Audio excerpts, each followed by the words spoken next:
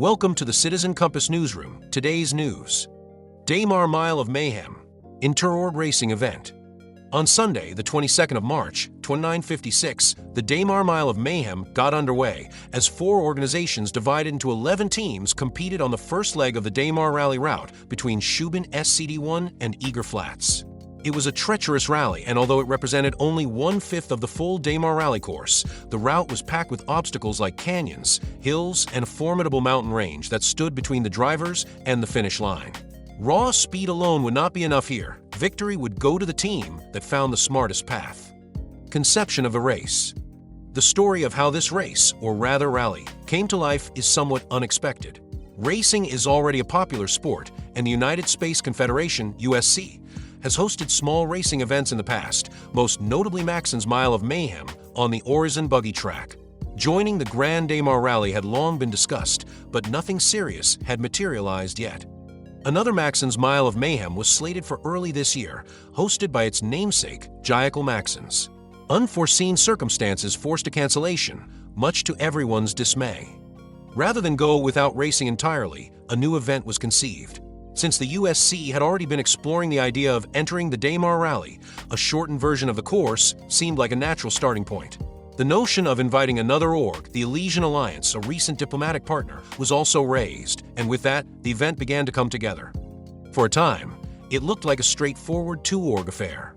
Still, the conversation spread through other diplomatic channels as talks had recently been renewed under Director Oji with various organizations.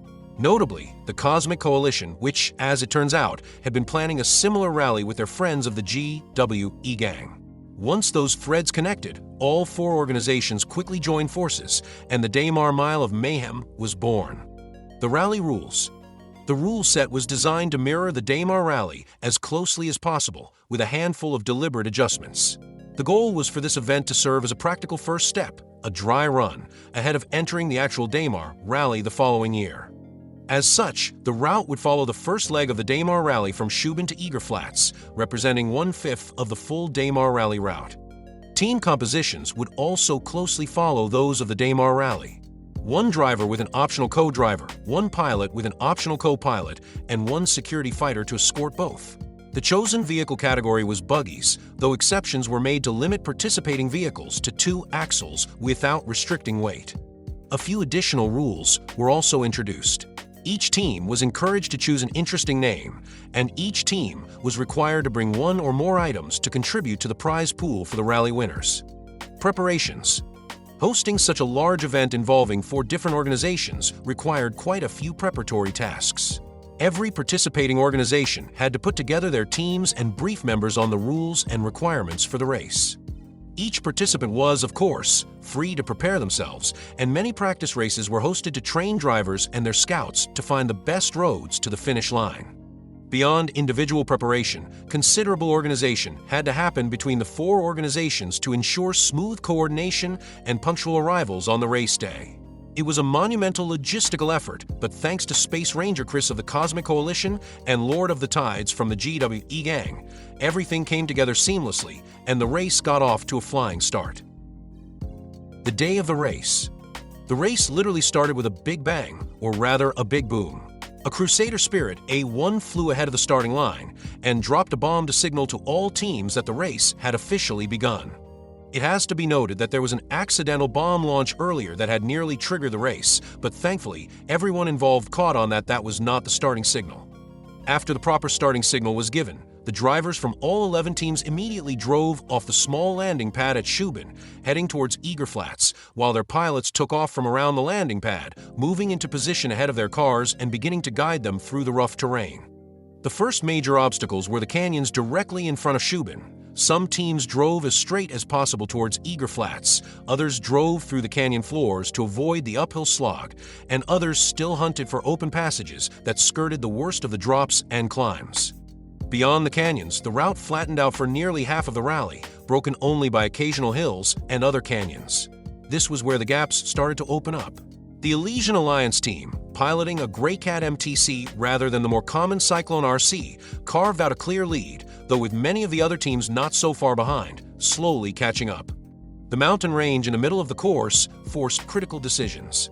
Some teams pressed on through directly, Others swung wide to the right, hoping to skirt the peaks altogether. That detour initially looked costly, since it meant deviating from the direct line for a significant stretch.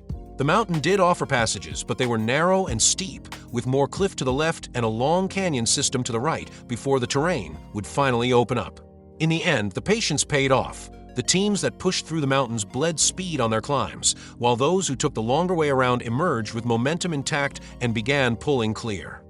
Past the mountains, the terrain opened up into a long, flat run to the finish line.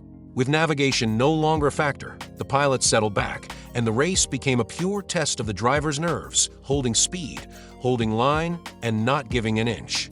The two leading teams were still within sight of each other, at least from the air, making for a tense, dramatic final stretch. The winning teams and conclusions. The first team to arrive in just under an hour of racing time was the USC Fiat team, followed closely a few minutes later, just over the 1 hour mark, by the USC Audi team. Several minutes after that, the USC John Deere team arrived, followed by the Cosmic Coalition Chris Fan Club, and then the Elysian Alliance S Sanddwellers, who were themselves closely followed by the GWE Gang team. The remaining teams took a little longer to arrive, but in the end, all the teams managed to finish the rally, which is quite an achievement in itself. Overall, the race went very smoothly. While some suspected troublemakers appeared in the air, they were quickly dealt with by the many fighter pilots on escort duty. There were a couple off incidents involving a crashed fighter and a friendly ship that was mistakenly identified as hostile, but nothing that really derailed the event. All participants reported having had a great time, even those who did not place in the top sports. The USC is, of course, very proud to have claimed all the top 3 positions with 3 of its 4 racing teams that day. All 3 winning teams were given first pick from the assembled prize pool, and what a prize pool it was. Teams had brought a wonderful variety of items: race helmets, weapons, original plushies, hangar decorations, and even a package of gasping weevil eggs from the GWE Gang for possible private consumption. With that, the event drew to a close and teams slowly dispersed back to their home systems. It had been a truly remarkable occasion, an inter-org race on a scale that had not been attempted before, and one that left 4 organizations a little closer, with plenty of shared stories and hopefully more joint endeavors to come. Thank you for listening. Until next time.